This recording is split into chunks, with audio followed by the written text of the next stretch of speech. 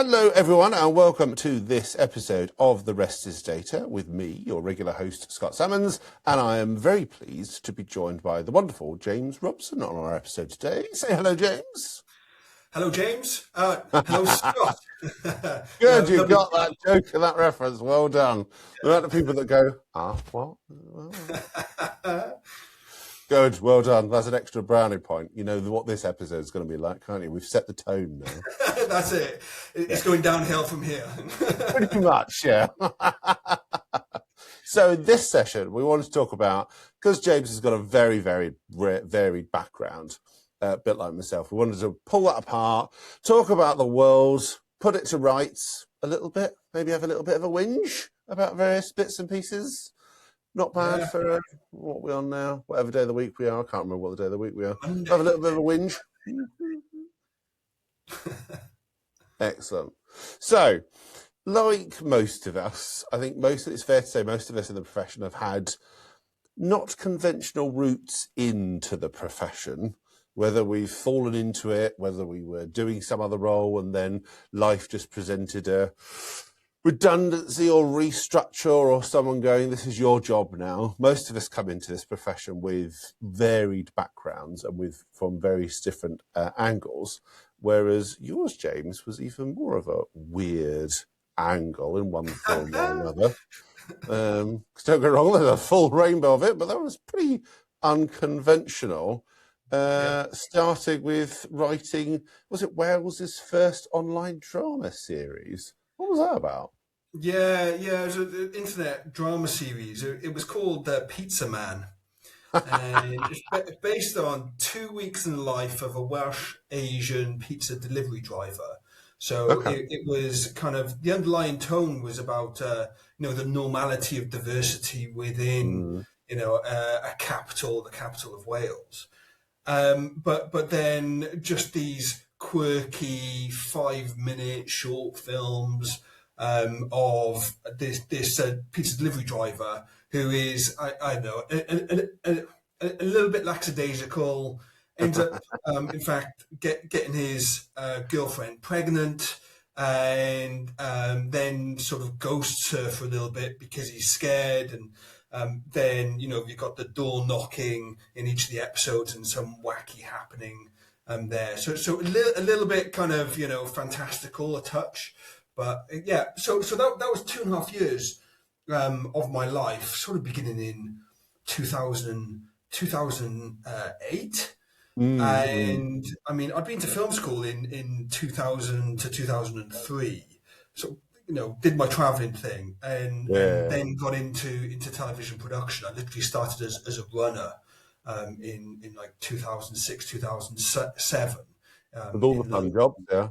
Yeah, and did the Gopher gig, and then became a researcher for Homes Under the Hammer of all programs. Did that for a couple of years, and it was during that I realised that the only way you get to do stuff yourself is by going out and doing it yourself and just not asking. So that's what Pizza Man came from. A friend of mine, many years back, I'd been a pizza delivery driver, right? And he said to me one day that this would probably be quite a fun little episodic drama.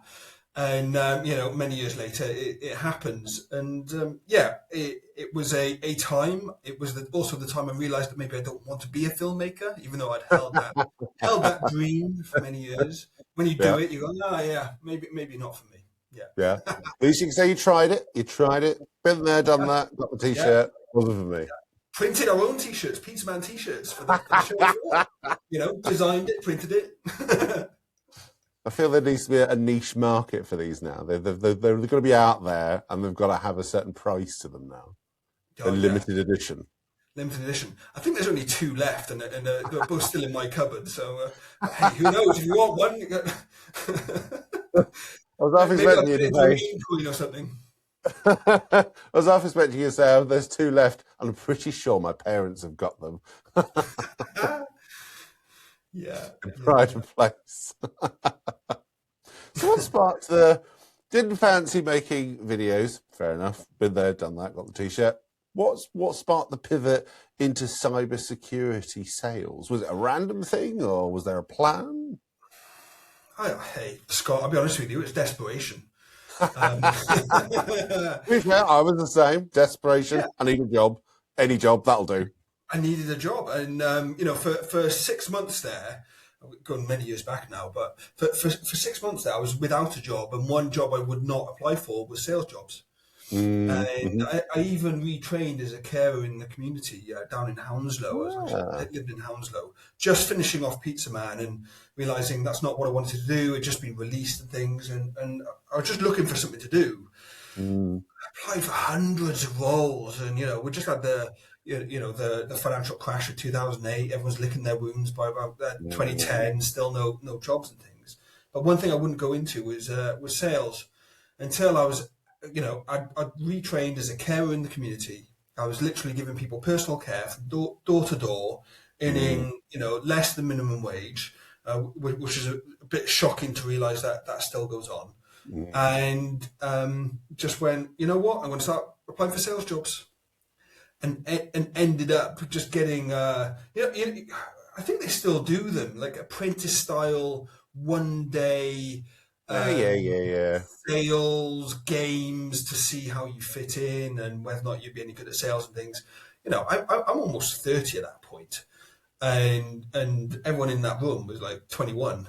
So I'm feeling like major fish out of the water, but also with a bit of life experience going. I'm just going to walk this. So, Yeah. so I did, and then got a job as a telemarketer. Again, sort of 29 years old telemarketer, in the square mile, trying to flog.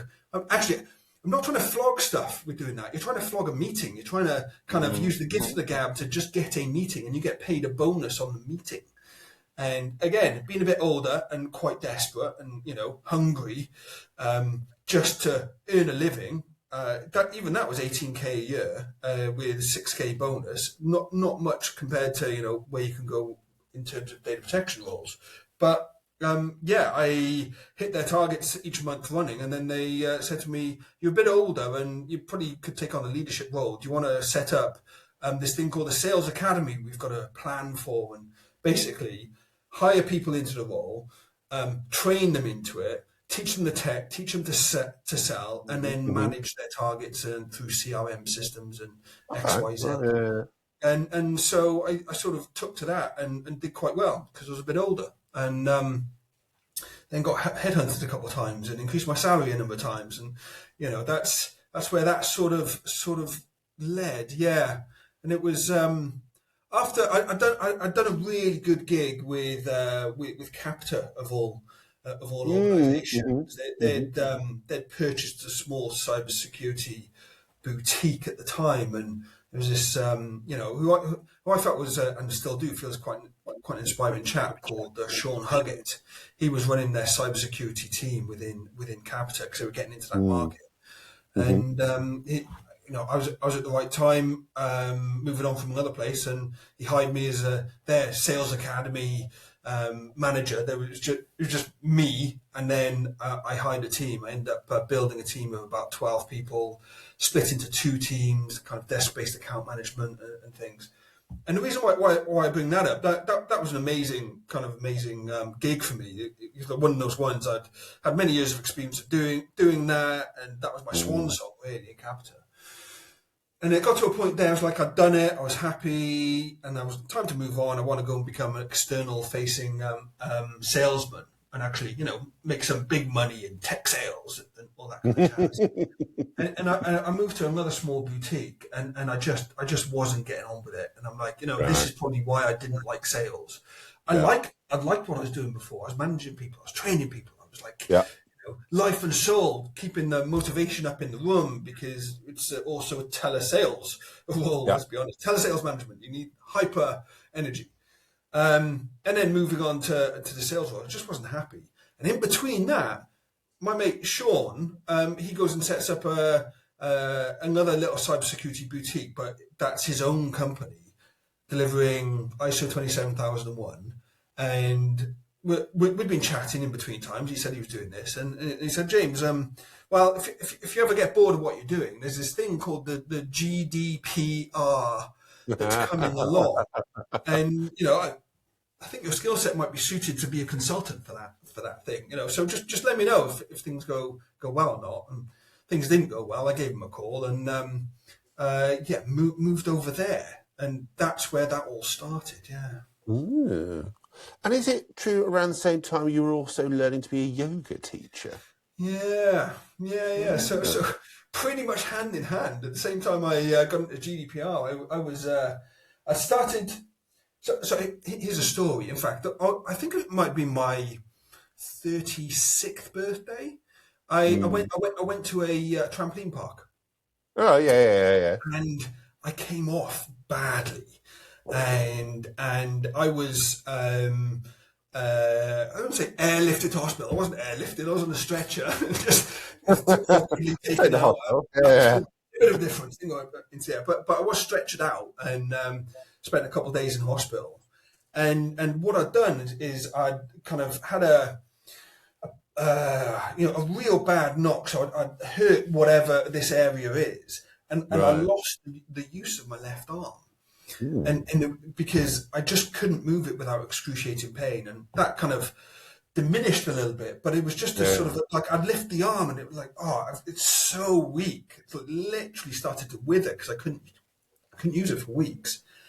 And I was just starting this new data protection gig. I'm like, this is not good. Something's not right. Hmm. I'm just gonna kind of muscle through it and go to yoga. So I went to hot power yoga, and I couldn't lift. I couldn't put weight on it. So it was really strange trying to do a downward facing dog and all the positions. But to be fair to it, I was like, that is going to be my rehabilitation. That's going to be Yeah. my physiotherapy. They'd given me physio. You get 6 of those, and it didn't really work for me. It wasn't enough Yeah. and wasn't long enough. And the yoga was the physio, and I just got really, really into it. Hot power yoga, you can come out like feeling like $1 million, when you step out into the world after a good session.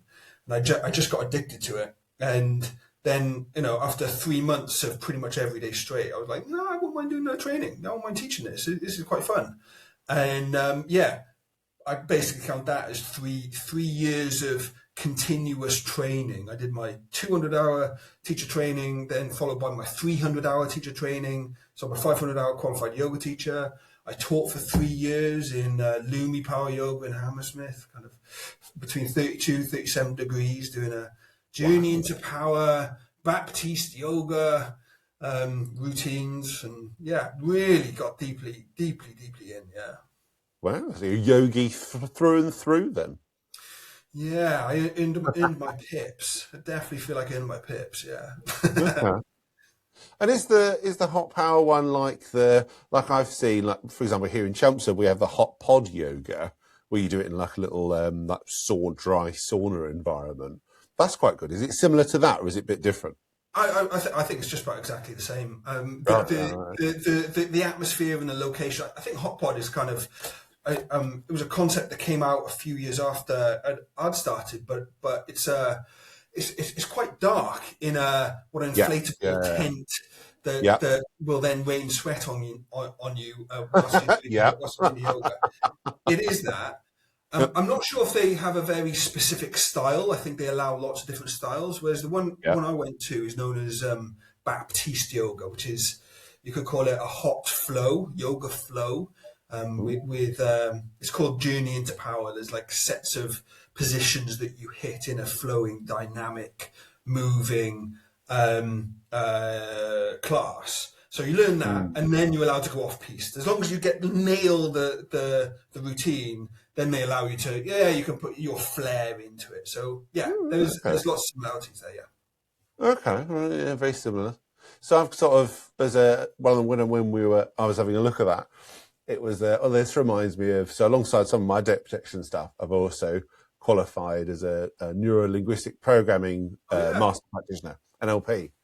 But not AI NLP, because the amount of people that see that and go, "Oh, you're an AI master practitioner." No, therapy. Thank you, not AI. Yeah, natural language processing. Go. Yeah. Rather than neuro-linguistic programming. But those sorts of skills, that ability to work with people, listen, genuinely park whatever's going on in your head and immerse yourself completely in someone else's issues, problems, whatever, to listen to and get to the root cause of what their problem is, I found incredibly useful. So there must be bits of your yogi training, experience, whatever else, do you find useful being a data protection officer? Yeah, absolutely. I mean, you learn to hold space and you learn to hold silence and you learn to be okay with that completely, even to the point where you probably know somebody else is a little bit, like, they need to fill that gap. Mm-hmm. And it's really, really handy to be able to be completely comfortable and not awkward about it either. Because then people want to fill that gap. They want to tell you more. And then when you ask a question, it's like, okay, so we've had this breach. So what do you think happened? How did this? So it's non-judgmental, because that's fine. If you're okay in your own skin, then you're gonna convey that it's a safe space for people to talk to you and open up to you. Oh Yeah. yeah, that's handy, because lots of the conversations in data protection, especially when you're jumping into a situation where things are burning, and there may be fines flying about and ICO and yada yada and all that stuff. They've got to trust you, and those conversations sometimes begin defensively, really defensively. They're like, I don't need to talk to you. I know what I'm doing. Blah, blah, blah. And you know that's going on, and so it's like, it's cool. I'm not worried about that stuff. Not here to point fingers. Just here to fix, report, log, stop breach. Number one, make sure people are okay. Make sure people are notified in the right way. Notify ICO. Notify data subjects if you have to. If you're still at high risk, and then if you've really got to do it, then you've got to send out the company-wide circular that goes external to tell people about it. And you've got to be okay with that, because that can get quite emotive quite quickly for a lot of people. Get that wrong as an individual being in data protection and guiding an organization through there. I'm sure that's tough, because you've got to have the courage to do it. Now, the yoga grounds you. And my journey through yoga, I don't do much now actually. My journey through yoga really ended up grounding me to be really okay with myself, and led me to meditation retreats and 10-day silent retreats and a number of those and things, and progressed me as a person to be able to handle the conversations that are difficult and easy and speak to everyone on exactly the same level. No judgment, not my position to judge anyone at any point about anything really. So yeah, that's so helpful. So helpful. Yeah. Yeah, I think back to when I first started, because I think I was on a very similar journey to you. I just needed a job. So I got the first job I could lay my hands on, an IG admin assistant role for Essex County Council. And I remember being a tad dramatic whenever we got a data breach notification come in, and being a county council with social care responsibilities, almost every other data breach involves some pretty horrific stuff. Yeah. So the ability now, yeah, fine, you will react in a particular way, but you are a little bit more calm and collected about it, as opposed to when I think back to those days, oh my God, what is this? The world's going to end. Oh my God, we're going to do this. What have you done that for? Oh, yeah. Useful skills to be able to just park all that, listen to what someone's telling you, and deal with what's in front of you. Yeah. I completely agree, and I think you and me have now been in data protection for so long. We've seen so much. It's not even necessarily that we need to kind of call on those skills to calm the voice in our own head whilst this stuff is going on, which may be going, oh my God, alarm, alarm, alarm. It's actually probably where, this is nothing compared to what we've dealt with in the past. I mean. Once you have a breach in a political party and you've got to deal with all of that, then nothing quite compares. Yeah, I want to talk about that. Yeah. You and I were there quite a few of us were there for when GDPR came along, the famous 4-letter acronym that's burned into our brains. Some of us were around when it was the Data Protection Act 1998 and the fun and excitement that was. And then when GDPR came in, it was all, the world's going to end. It's going to be a Mad Max society. We're all going to have to fight for petrol. Society's going to collapse. It's Y2K all over again, wasn't it? Yeah, pretty much. The world as we know it is going to end. It's going to be awful. And I always remember that because it was a bank holiday Monday when it officially came in. So loads of organisations weren't back to work until the Tuesday. And I always remember that first thing Tuesday morning was just going, has the world ended? Have we got to, fight for petrol? Are we all fighting for any resources? Has the government collapsed? No, business as usual. Right, okay, fine. So where do we think, because we're a few years into it now, and the EU are talking about like the digital omnibus and simplifying the GDPR, and we all know what that means, but that's a separate issue. Do you think, given what you've seen and given the experiences that you've had, and like me, you work with different organisations, do you think we're any further along in the protection of personal data, or has the last few years been a lovely adventure and a lovely story to tell the grandkids, but nothing's really changed? No, I think change was inevitable because of the amount of publicity that GDPR has had. However much we sort of scorn any practitioner these days that says, fines, you will be fined 20 million euros, 79 million quid, that's probably useful, that message early on, to really give people a kick to go like now take it seriously. Have things changed? Yeah, even the phrases like data is the new oil, or data is the new money, all those kinds of things really have, I think, proliferated into society. So people do have an idea that there is a value to their own personal information, and you can't easily get away from it now. So, maybe I'm getting off topic away from has the GDPR changed things over the past 10 years. Of course, it's 8 years since it was enforceable, but it has. But it doesn't feel like it's been resolved or solved anything, and there's still lots of gaps. There's a lot of things that are better, and organisations are still worried of not necessarily the fines, but of individuals with enough money to take them through the courts and probably prove something that they've done wrong, and then they may get some sort of tarnish on their reputation. I think that message is really out there, and I think that's probably a good message to still be out there, because why not have a name and shame around a problem within an organisation? And so if there is that fear, then what are the questions organisations are asking themselves? And I think generally they do. Are we compliant before even are we making sure we're looking after the people whose data we are processing? If you're in social care, for example, as of course then there's a high risk around the loss of that data, because it could cause actual harm to someone.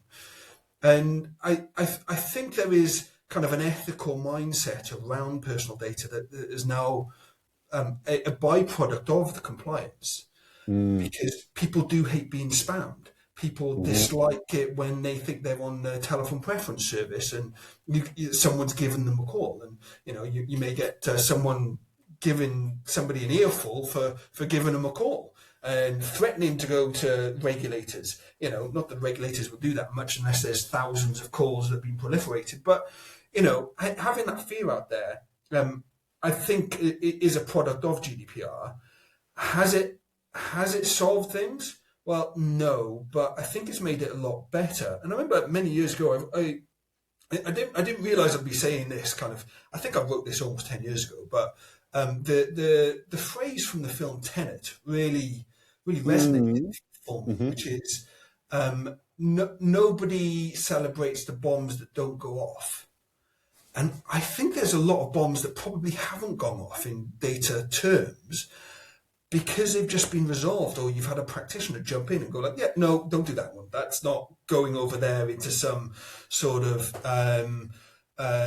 unsecured, unstructured drive because it makes your company's life easier for a consultant to jump onto that data that's easily accessible via an internet link. It's like, no, don't do that. So I think it probably has cut off the openness of data and the lack of, even a two-factor authentication. Put a password on the Excel document before you share it with anyone. Do you have to attach it? Can you do it from a link within a SharePoint, for example, or Google? All those kinds of things. It's just like little normal things that now become normal. It's normality to work like that and not share the data in a way that could expose the data. And yeah, I think it has helped. I think it has stopped a lot of the bombs going off, but there's still a lot of them still going off, I think. Yeah, and we've done an episode on this, and it's definitely something I want to talk more about with anyone and everyone, is that we are, in our profession, whether it's data protection, IG, records management, whatever, we are not good at shouting about, to your point, the bombs that don't go off, the successes.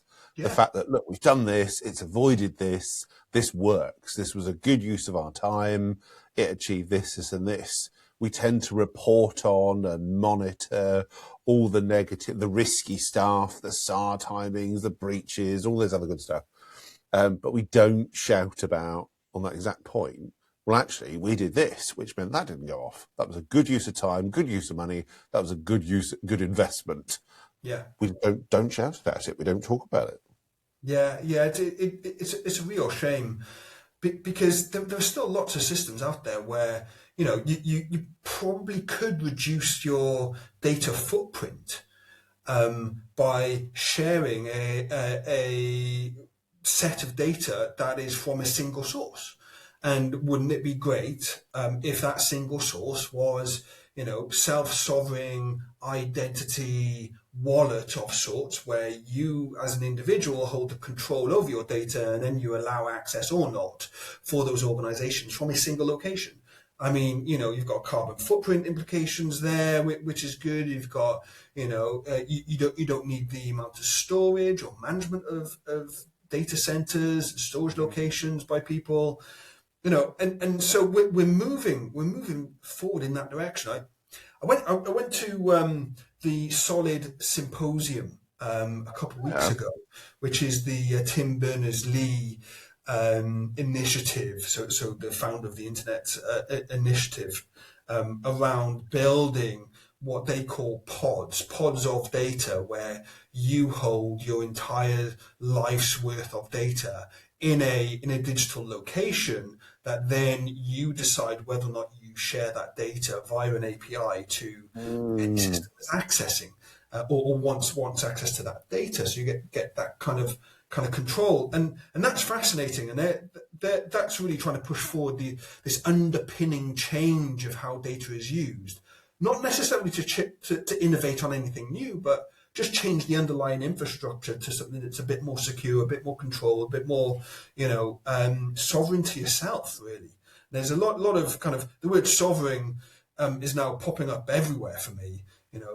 Sovereign ID, self-sovereign ID, sovereign AI, sovereign data, all those kinds of things. Yeah, that's become a massive theme as well. But I think I've forgotten the question, so I'm going to pass it straight back to you.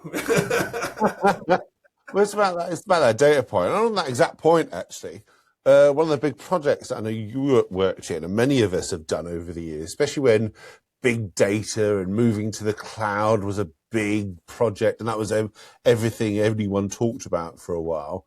Because I remember all the conferences were all about cloud and all about big data, and then they moved on to something else. Then they moved on to something else. Then they moved on to something else, and now we're on to AI. But some of those, to your point, those big data projects, or even just those data migration projects, they're still going on. They're still present big challenges. They're still presenting big issues. Many organizations are grappling with, to your point, either data localization, data sovereignty, or harmonization, or streamlining, or whatever. But it's a problem that hasn't gone away. It's still going on.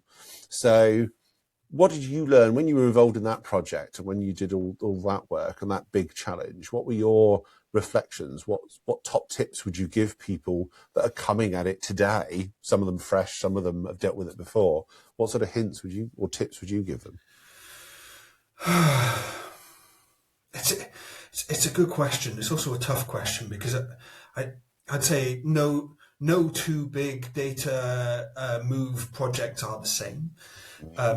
But from my own experience, which was with SHL, so the largest global psychometric testing firm, they were moving from 4 in-house data centers. They owned their own infrastructure, owned their own kit, and they were moving to AWS and to 4 locations, 4 AWS locations, and making them self-sovereign. I think it was like China, Russia, EU, and US. All the fun So places. yeah. So what are tips there? There was a lot to cover. The DPIA that we did for that migration, even though maybe you don't necessarily need to do so, it was more to make sure there was a checklist of if you do have to maybe drop this data out, clean it, and then transform it so it fits in the new infrastructure, because they also used it to be able to make it more user friendly, usable for the company. You know, they did a whole kind of cleanliness package on that data. But they were pulling out to other locations to do that transformation work before then pushing it to AWS. But whilst also continuing to run the business, which relied enormously heavily on that data, because psychometric tests, you know, you're pushing the test out, you're grabbing the data back, and it's going into the same data center locations where all this other data is being kept and replicated. So, you know, the fact there was an enormous replication of data because it had to be that way to be able to function. Not only have you got the redundancy within the original system, and I think they had 2 redundancies for that, for each of their physical locations. Right. Okay, You've then yeah. got a plan for the copy of that data for the cleanliness, and 2 copies of that data to make sure, you know, lose one, work on the other. And then, you know, are you pushing it to the right AWS location? And there's a duplication there as well. So I think know where your duplicates of data are and when they're going to be deleted. So it's very much a retention built into the process. So when they kind of then copied again, so if you think about, you know, in the normal location, you've got 3, in the physical location, you've got 3 sets of data. In the transformational location, you've got 2 further sets of data. And then before they got rid of anything or deleted anything, they had a further 2 copies of that data as well, and then had to do a real-time duplication from the point of capture to both the internal infrastructure and the cloud-based infrastructure, pushing out and so duplicating again. Know your data mapping and know data flow. And I think, you know, some people kind of get confused maybe between a ROPA, record of processing activities, and what a data map is. A ROPA can be a data map, you know, I'm not going to say it can't, but it's far easier to visualize that and use a Visio or whatever to go like that. It goes from here to here to here to here. No matter how crude that is, just to know where the forks in the road are, and then keeping an eye. And you may even be the only person keeping an eye on that, because techies will move on. They're like, yeah, great, replicated, gone. And it just sits there for a period of time. And could even, yeah, I'd say watch out for this. The top tip is watch out for techies just moving on to a new shiny thing when the data is still held in this other location and will only ever be deleted when the contract runs out, and then there's 90 days after that. Whereas really, that's now a risk, because nobody's managing that. They don't care about that. They've done their work. You may need to go, yeah, let's whack-a-mole that one and get rid of it at the right time frame. So I think that there's a lot of that around it. It's a lot of people management. You have to be good with people. You just can't not be. And I don't know what other tips are in there. I can't really think of too many others than that. You know what's going on and be plugged in. Try and get support as well and buy in from the top.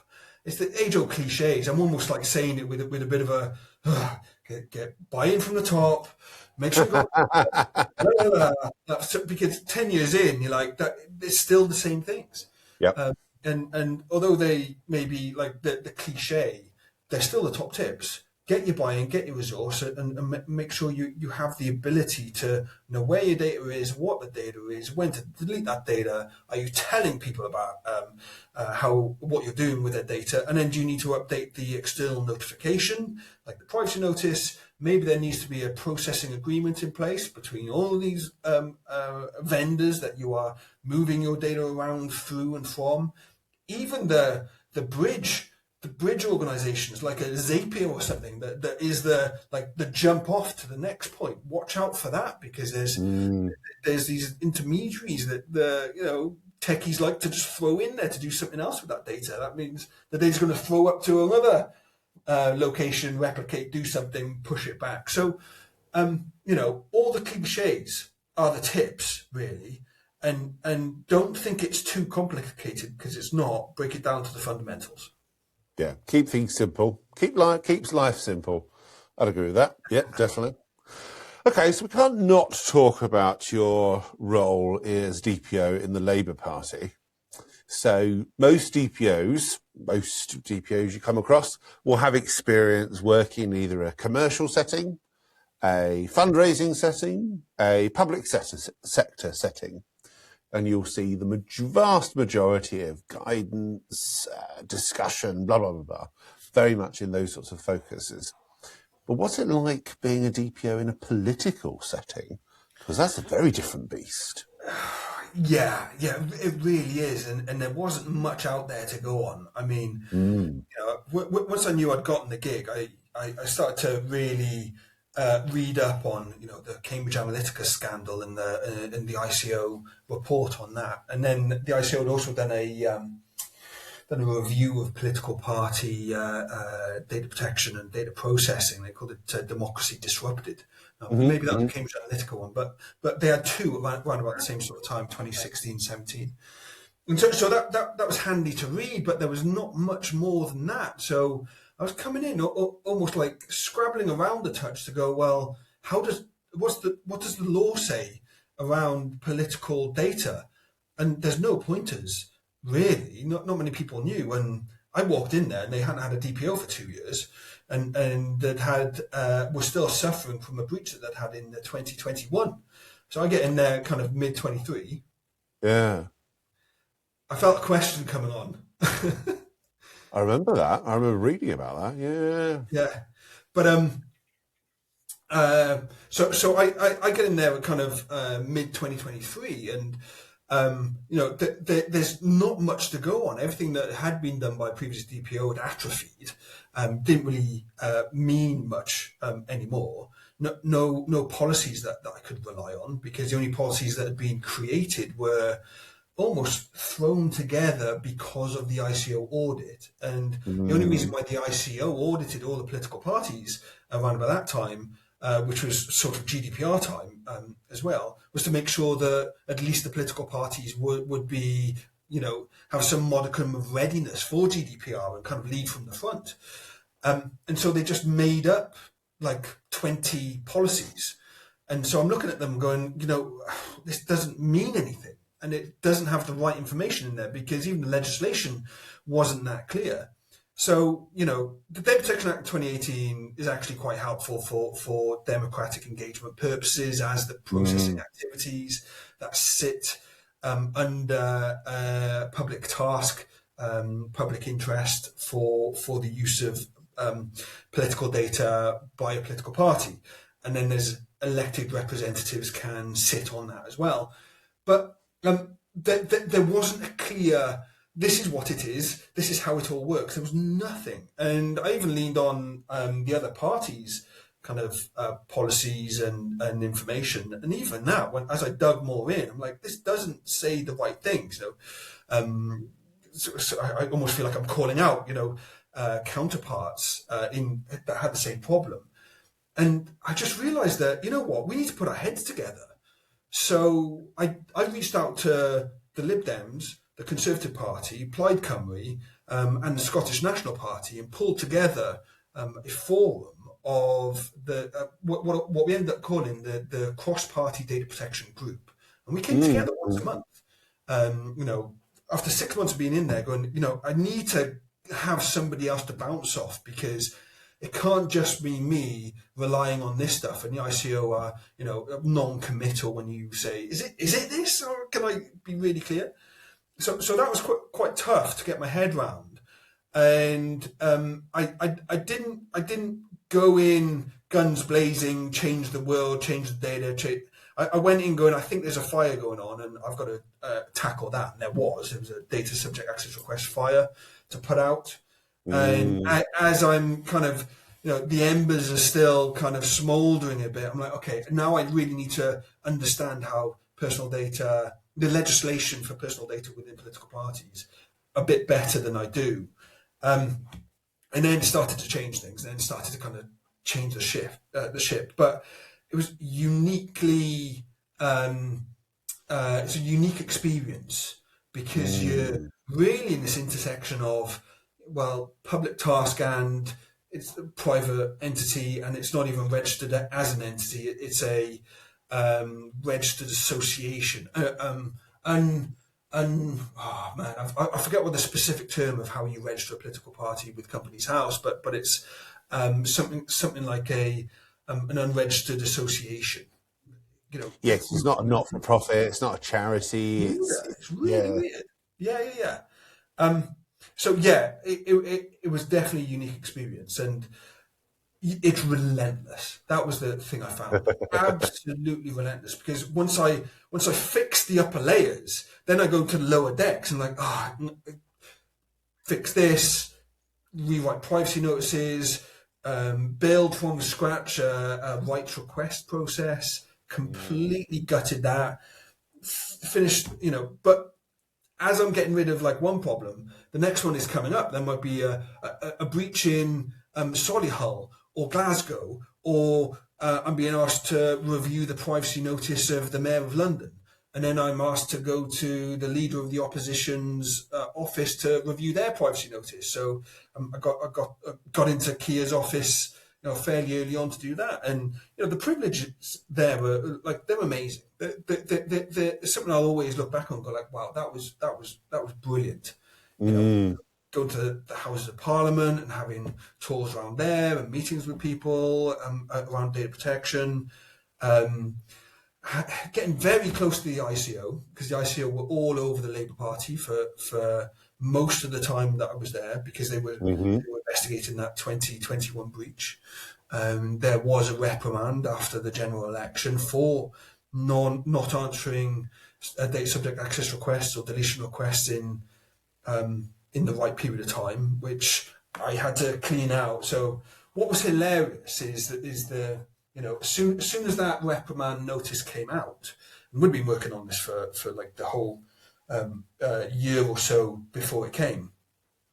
The amount of organisations then reached out and went, "Do you need some help with your DSARs? Do you need some help?" A year ago, think about it. We got reprimanded now. And never miss an opportunity. Never miss an opportunity. Yeah, don't miss an opportunity. They've got a problem. We had the problem, and one of the things that the ICO were quite respectful of in the reprimand was that they were worried that if they pointed towards the a new DPO came in that started working on it, that it might point blame towards me for this problem. I'm like, absolutely not. Make sure you got the new DPO going in there, because I solved this shit. I got them out the quagmire and turned this ship, and I made sure I was known on that. My name's not on there, but DPO at the time is mentioned, and they were worried it was exposing me as an individual. I'm like, I'm not going to worry about that at all. But yeah, there's so many things. I mean, I could take up a whole other podcast for you, Scott, and just tell you. Incredible and mind-bending at the same time. Yeah, I can imagine, especially being in that sort of very niche area. You're dealing with all the same problems that we all deal with in one form or another: privacy notices, breaches, new projects, all that other good stuff, while also navigating a world that's got very little resources, very little specific guidance, and very niche. It's very similar when I was in captive finance. It's a very niche thing. So Yeah, trying to make it fit, you just have to work collaboratively. There's no two ways about it. yeah, yeah. No, absolutely. And for an organisation where their main goal, especially before the election, is just get the whole place ready for being the best choice to vote for. That's it. And Mm, how do you win a vote? And data protection didn't really fall into that bucket because it's an expense. Yes, but they legally have to have one because they hit the thresholds. But they didn't see the return on investment if the return didn't give them votes yeah. in any type of election. And so it's very difficult to get any more resource out of them for anything. And ended up, I was managing on spreadsheets for most of the time. It was only kind of in the lead up to, we thought the election was going to be in November. And by about end of April, I managed to get some money to put in a data protection software and system. And then the general election was called, and so I couldn't do it. I just had to then manage everything to do with the election, which is a whole other story. You play whack-a-mole with the amounts of things they want to do with data to try and help them get more votes and things. And then even during the election, as a bit of a side note, we got hit by a weaponized DSAR attack from kind of the democratic activism organizations that set up web pages for easy submission of DSARs and erasure requests 30 days from polling day. So it was the 4th of June that was set up, and then we started getting hit by data subject access requests. It was literally 202 hours, 2002 days. Wow. And that was it. There was not much more I could do in any other capacity that somebody wasn't screaming at me for. I just had to manage all the DSARs. Yeah. Joy. And I know we're talking about, especially at the moment, there's lots of discussion around weaponization of DSARs, which I suspect we will talk about at some point, definitely. So now I think the label you've put on yourself is a data sharing specialist. What sparked that? Because that's a juicy area, just in of itself. But what sparked that? Yeah, but before Labour, I worked for an organisation called What Works for Children's Social Care. That's a research organisation funded by central government to do research in what works over here. Let's replicate it over here and try and work out whether or not it does have any tangible change. Like one of the projects I mentioned is there's a project called Social Workers in Schools. Does that improve academic attainment for SEND and disruptive children or disrupted children? Does that have any effect on academic achievement and better their lives? So in that organisation, they gave me a gig to how do we put their research data, raw research data, into the Office for National Statistics for further use and further research. And I was reluctant at first to take the gig, and then realised I'd be interacting with the ONS and other government departments. I'm like, I've never done that before, so why not? Let's take a look. Not sure it's a DPO's job, and then fell in love with it, and realised there needs to be a whole ecosystem of all this data being reused for societal benefit and for good. But it's just not. And a lot of it, although it's used and has a great report, and maybe someone somewhere can go, oh, can I get hold of this raw data from the individuals that collected it? That's all you kind of get. You don't get this wholesale, we've got the data, let's make it available for further use. And that's where I came up with the idea for my company. My company is called Datum Longevitus, like longevity of data. You get access to it, reuse it, catalog the use and catalog types of data, and almost the same sort of things that the ONS do with the big government data sets. They just don't have a conduit pipe for the academic data going from the institutions into a bigger centralized location. And I found there are organizations that do that kind of stuff. You've got kind of the Sale Data Bank in Wales. You've got UK Biobank, which we've heard a lot about because of the recent data breach. But there's a number of these institutions. But again, there's not an easy flow of data into them. They're plugged into kind of only a lot of very big data sets from very established organizations, and that's sort of all it is. And you can't easily connect those two data sets from those two locations. You have to spin up a trusted research environment or a secure digital environment, yada yada. And I'm like, there's a gap there. There's a massive gap, and that's what I want to fill. I want to be a trusted data intermediary, but doing a data protection wrap. Because the more I got into it, the more I realized that the excuse for not doing it was GDPR. And I'm like, no, it's not. And I want to jump in there and go, I'll just solve all of that for you, and then you can get access to your data far quicker.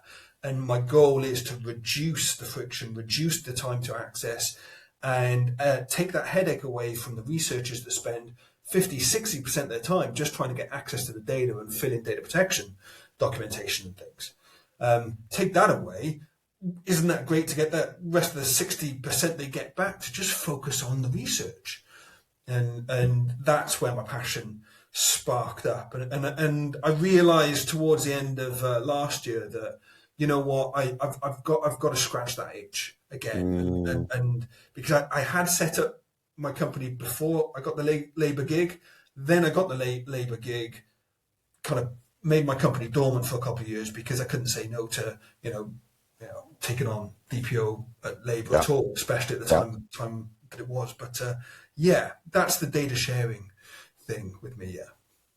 That makes sense. And I remember, because when I went back to Essex, so I left, went off, did other things, captive finance, working with GPs, and then went back to Essex, and we were doing a lot of data sharing stuff. There was a really good organisation called it was a not-for-profit called the Centre of Excellence for Information Sharing.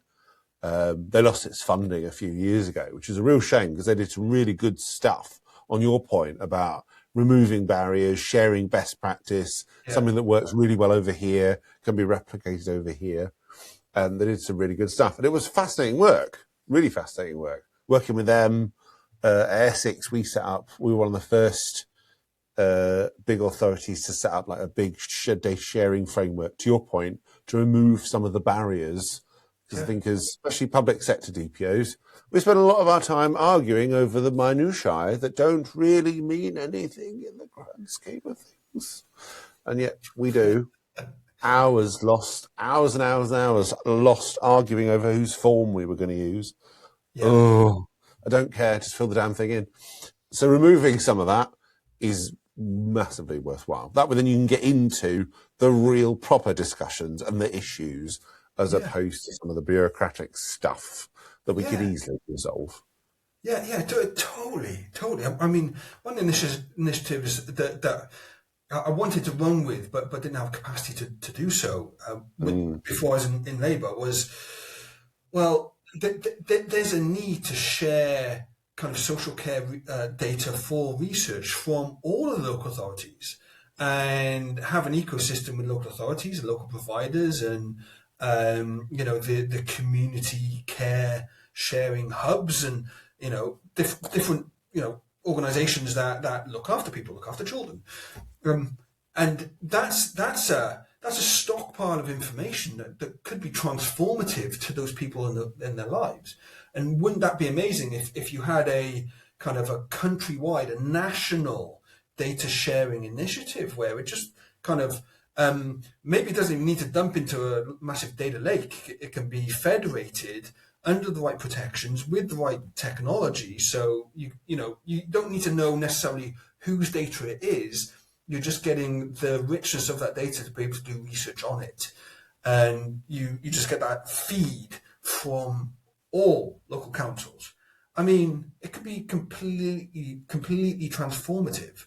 But we're just not in that world yet. We're not in that headspace, and I think it's also a tough call for the general public to understand and be okay with. We don't have the social license for such a thing, but it almost has to be the way we go.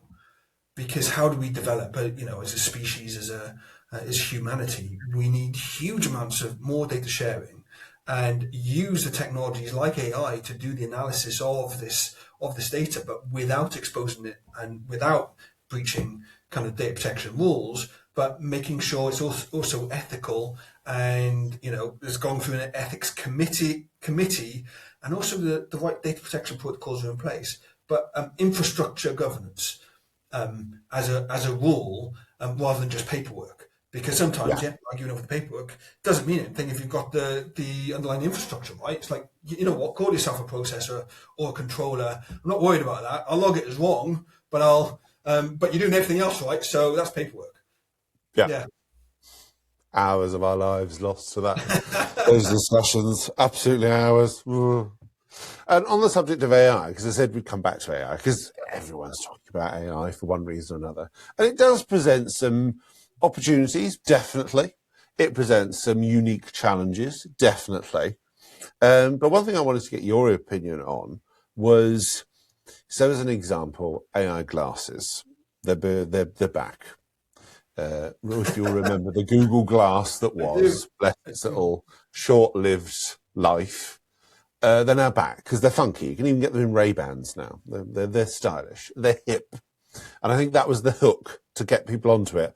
The old Google glasses looked horrible, and they were never going to be a fashionate icon. It's sort of like the Borg, weren't they, from Star Trek, with the glass? Exactly. Panel, Or the what was it in the Deep Space Nine, the little Dominion thing where they had a little headset on and the little that's what it was. So no one was ever going to buy it. Let's be honest. Whereas now they're fashionable, and now they can be hidden in a pair of glasses like this. They're becoming mainstream. You can get them on Amazon for less than 30 quid. They're mad. But it does present, some unique challenges because of some of the things that Meta are saying they're going to start turning on in the future, and it does present some unique problems. But for practitioners, everyday practitioners, so if you're a DPO for a medium-sized business in the Midlands somewhere, that isn't necessarily doing much with AI, but now you've got staff going into sales meetings, into employee one-to-ones, in whatever, wearing these glasses that are capturing and recording everything. Well, that problem that we had with Google Glass has just re-emerged and is now potentially even worse. So are we seeing, it's almost like a paradoxical history is repeating itself. Are we seeing history just repeating itself with a new technology? But it's the same problem. Yeah, I think we are. I think that's right, but it's also exponentially worse than the original because Google Glasses didn't have the back end infrastructure that the Meta Ray-Bans do, and did they have the storage capacity? Yes, probably they're Google, but not the functionality that now exists and new technologies that now exist to run those things. But yeah, we're in a world of tinfoil hat, cover my face, or have other glasses that actually have a infrared something, so it ends up blurring your face. We're going to go through all of that stuff. I think boards and people bringing those things into meetings will have to get to a point where no, you can't, or there has to be some sort of lockdown on those things. I don't know. Yes, it's cyclical. Yes, it's going to get difficult. I worry about behavioural change as a species. I said that a few times. It sounds so grandiose and big, but behavioural change in the idea that what if kind of in the playground kids are playing, but then there's one friend with one of those glasses, and they know that they may get TikToked or bullied or thrown on social media because of doing something silly. And they then decide that when they go out, they're going to constrain themselves and not be themselves, and you end up having a whole mindset where we're reducing the ability to have a personality and to develop yourself because you're worried about being embarrassed by something that somebody's recorded from a pair of glasses. That's saddening to me, really. Mm. Um, and then what if there is an open access for the police for suspected. We end up getting into pre-crime and minority report scenarios quite quickly with those things. Like he reached for something, it was going to happen. It's like, well, is that false positive, false negative, or what's the provability? And I think we're going to get into a real problem with those things. Am I happy about being recorded if somebody has got one of those and I see the little camera? It's like, no, I am gonna kind of curate what I say and be concerned that maybe if I say something wrong or I'm just myself and I'm making a joke that can be misinterpreted on purpose. Yeah, that's not good. What's happened to free speech? Whereas the makers of those things will probably say, well, no, this develops free speech because everyone can see anything and say anything and do anything. It's like, well, no, I think it actually curbs the freedom of people making any sort of speech or verbalization that they think will be used against them. I saw the film Mercy the other day. Have you seen that one? Oh yeah. That's an interesting concept around it. But I mean, how scary is that to have access to all data, all video feeds in real time to conduct an investigation and a search and then you go to, well, what if that ends up in some extreme right or extreme left wing agenda for some political purpose? Well, we're in a world of pain then.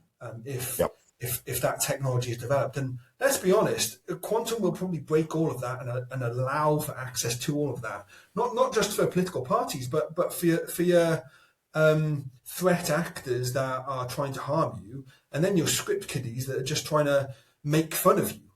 So we are going to get to a very strange place, and how we manage this legally. Legislation has to catch up. And I was speaking on another podcast that almost it needs to be, and maybe the ICO is getting there. And I'll get onto what I mean.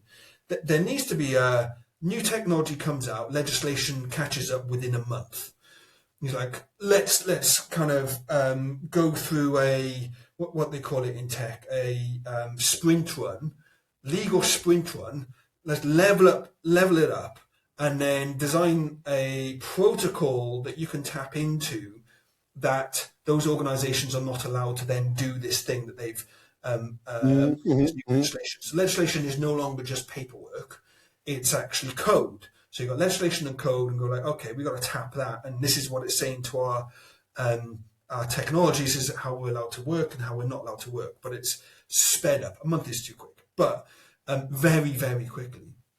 And I wonder if that's on the agenda of the ICO, because they're building a new sandbox, which is to test potentially uses of personal data that are illegal, but within a very controlled environment, and they're overseeing it. Now, it may be illegal in legislative terms, but there's a nuance in there and a new technology that goes, well, it is illegal, but it's very helpful and is not bad, doesn't cause harm. Why is it illegal anymore? And then move the bar forward for that kind of legislation. So there really has to be some sort of marrying of technology and legislation that can be kind of push the button, and then there's the alert goes out to not only the DPOs but the technologists as well to go, now you need to hit this bar, but here's the code for you to try and hit it. Otherwise, if we don't do that kind of stuff, we're going to get to dystopia quite quickly, and this concerning situation. If we're not already there, I have to throw that at you, because facial recognition systems are worrying and scary already, And everywhere, and absolutely everywhere, everywhere. and everywhere, being misused and possibly abused already, and we don't have control of that. And now the facial recognition is on everybody's, camera, Meta glasses, Google glasses, whatever. And how is that making judgments of you? So maybe the Mercy film example is a good example of how bad it could get, because that's dangerous technology now. We're getting to like Big Brother on steroids, not just Big Brother is watching you. It's like everyone is watching you. I remember, I think it was 2010. There was a local news story that became a national news story because a council had put trackers on its bins because people were stealing them. And that caused a national outcry.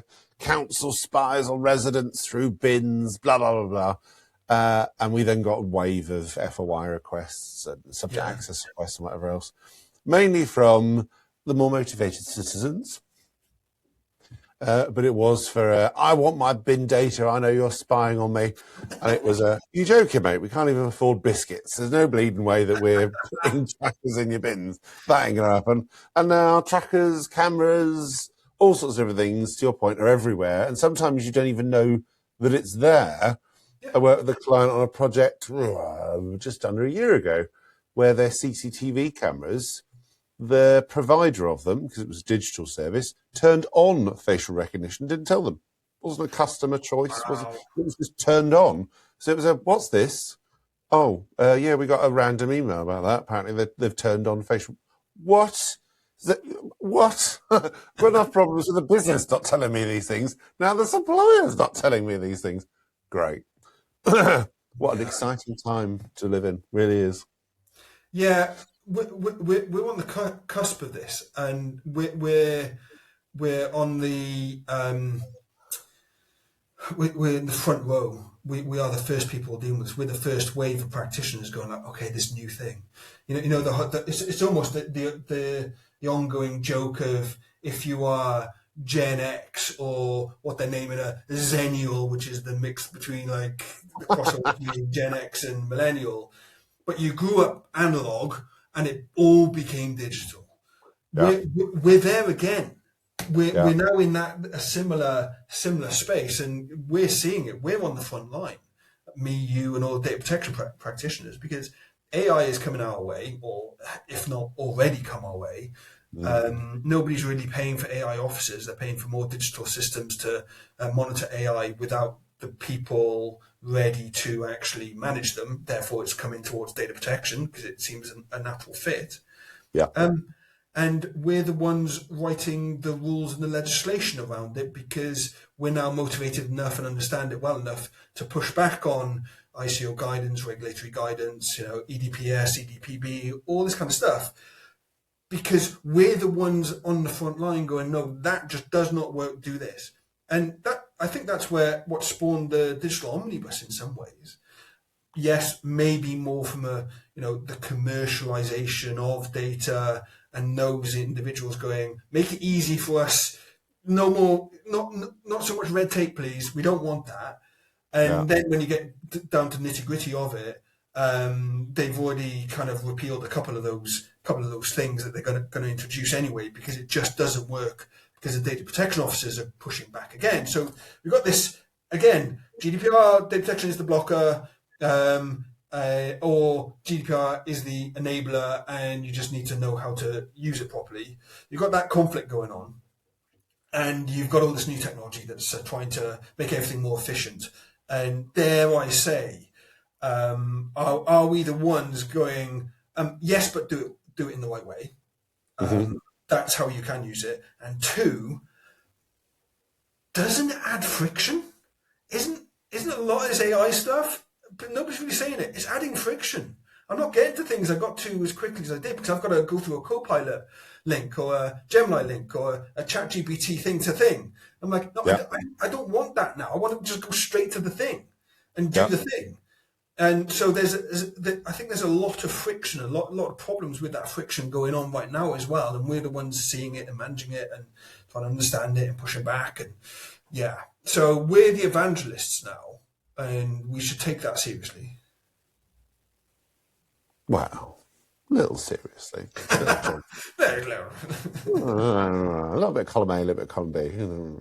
But on that exact point, because I'm conscious of time, but on that exact point, everything that so I do a lot of work with apprentices, I do a lot of work with training the future generations. Because to your point, they're going to be the ones that are going to deal with the next wave of things. They're going to be ones that are going to inherit whatever we leave behind. So I always ask people, and I know it's a bit of a, to your point, we've covered off quite a few cliches today. So let's add another one in for the sake of it. What advice would you give someone coming into the profession or just starting out in the profession?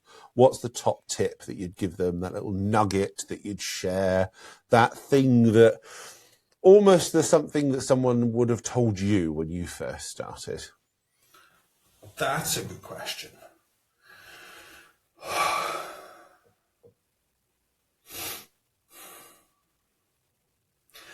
Don't think people know more than you about their own data.